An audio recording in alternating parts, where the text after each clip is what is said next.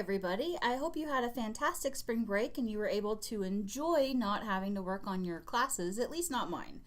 And I tried to structure the semester so that you do actually get a break.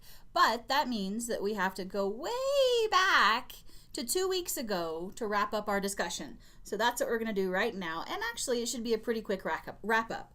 I really want to commend you all on your discussion regarding the reversed engineered storyboards.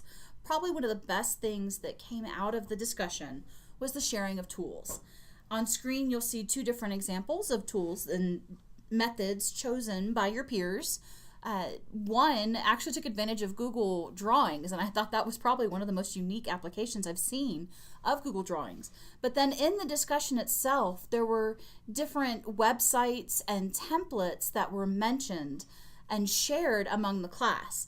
And that is what really makes a class in an online environment, especially something like multimedia development, work. And that's the sharing of resources. That's one of the reasons why I structure the discussions the way we do. So it makes me very happy and super excited when everything plays out the way that I intended. Although students may perceive the resources differently or the interaction differently. So I really wanted to call attention to the different tools. I also loved the wide variety of topics that were shared, the different tutorials that you went after. Sometimes I see students just go after the low-hanging fruit, something quick and easy to go grab. Sometimes I've seen students go after something they really want to learn. And I know I talked about this previously when I had you looking at some tutorials. And I know back then Victoria shared the duct tape tutorial.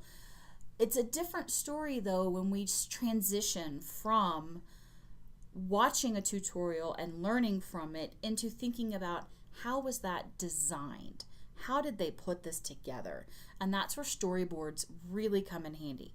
Now this is true whether you're working with multimedia in terms of just strict video, how to do something, or if you find yourself in the role of instructional designer with an organization and you're building out full classes and you're using other authoring tools like Articulate or Captivate or Adobe Presenter that works with PowerPoint. In my previous role as an instructional designer, we used PowerPoint as our storyboarding tool because this was, 10 years ago, and you didn't just go to the App Store and download an app real quick and try it out. You kind of had to sketch it yourself. So it's been kind of fun for me to watch that area blossom and watch these tools develop.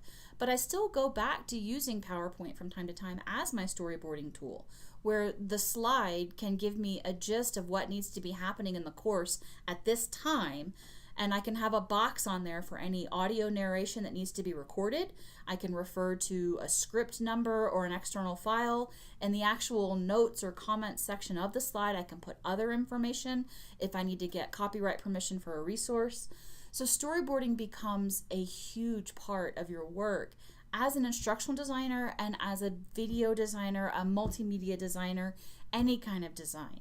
Even if you're thinking about a two-dimensional flat drawing like an infographic, you still have to plan it out. And I know we really didn't like to create those outlines in English in high school, but your English teacher was right. It does come in handy.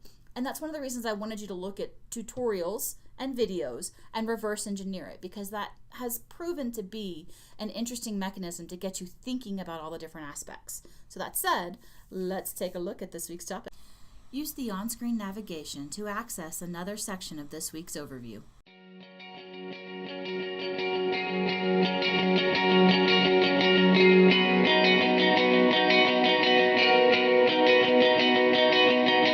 Cold paints the sky just after sunrise.